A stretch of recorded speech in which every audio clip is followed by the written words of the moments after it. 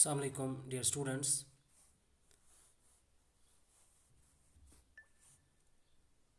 You know that we are studying a chapter that is Nazism and the rise of Adolf Hitler. In the first video lecture of this chapter, I told you people that this chapter is divided into two parts. The part first is about Nazism and part second deals with the rise of Adolf Hitler.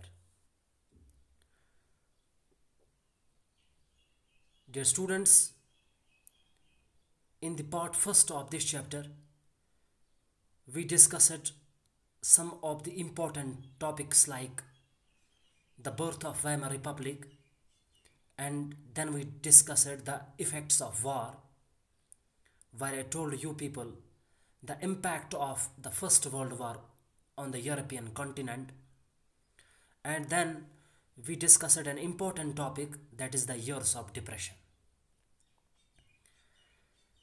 In the years of depression, I told you people that from 1924 to 1928 there was economic stability in a country of Europe called Germany.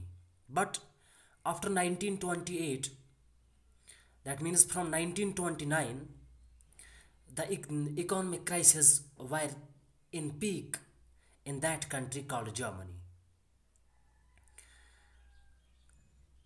Now today we have to discuss a very important topic of this chapter, that is Hitler's rise to power.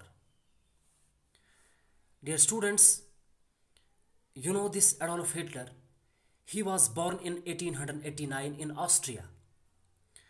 During First World War, that means from 1914 to 1918, when First World War was going on, Hitler was enrolled for army.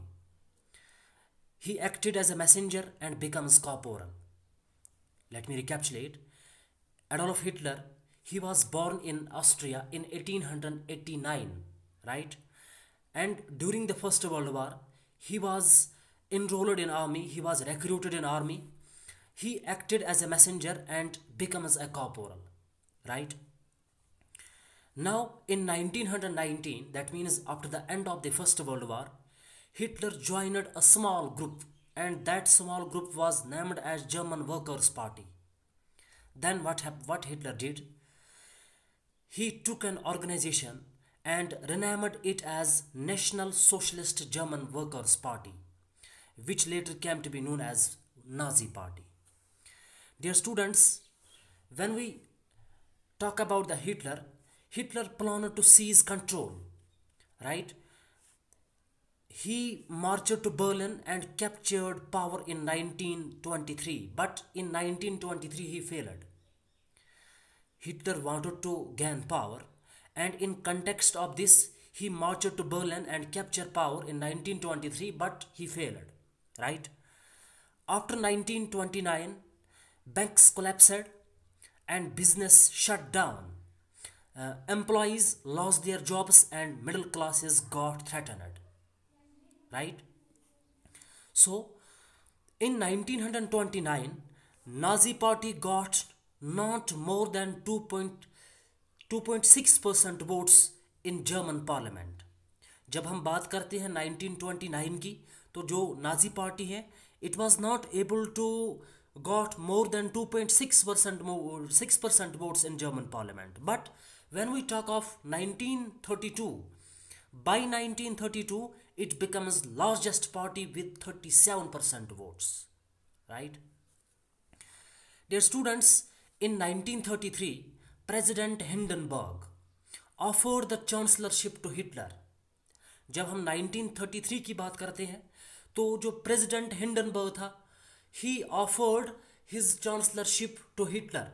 What does this chancellorship mean? It means the highest position in the cabinet of ministers, right? He set out, that means I am talking of Adolf Hitler, he set out to dismantle the structures of democratic rule, right? The first decree of 1933 suspended civic rights, that is freedom of speech, freedom of press, etc. And these freedom of speech and the freedom of press that were guaranteed by the Weimar Constitution. Later in 1933, the famous Enabling Act was passed, which established a dictatorship in Germany. Right? Hitler got powers to sideline parliament and rule by decree. All political parties and trade unions were banned except the Nazi party. Right? The state established complete control over economy, media, army and judiciary. That is Hitler's rise to power. Hope you would have got it better. In the coming lectures, we will discuss more about this chapter. Thank you. Have a nice day. God bless you all.